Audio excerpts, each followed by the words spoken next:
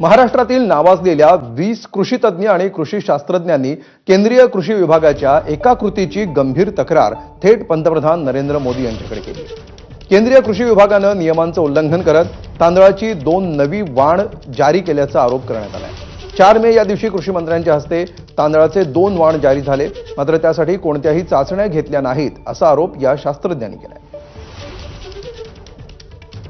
एक चूक अशी म्हणजे झालेली आढळल्यासारखी आम्हाला वाटते. आमचा फोरम आहे, शास्त्रीय फोरम, येथे 20 जणांच्या सह्यांचं पत्र आम्ही एक पंतप्रधानांना लिहिलेलं आहे. शिवराज सिंग हे जे आपले कृषी मंत्री आहेत, त्यांच्या हस्ते 4 मेला नॅसमध्ये न्यू दिल्लीला ह्या दोन्ही व्हरायटी रिलीज झाल्याचं अनाऊन्स केलेलं आहे.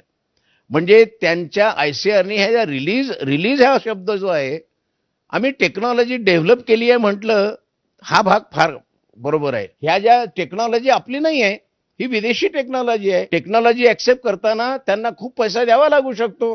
त्याच्यामध्ये भारताच्या शेतकऱ्याला अंततोगत्वा नुकसान होण्याची शक्यता नाकारता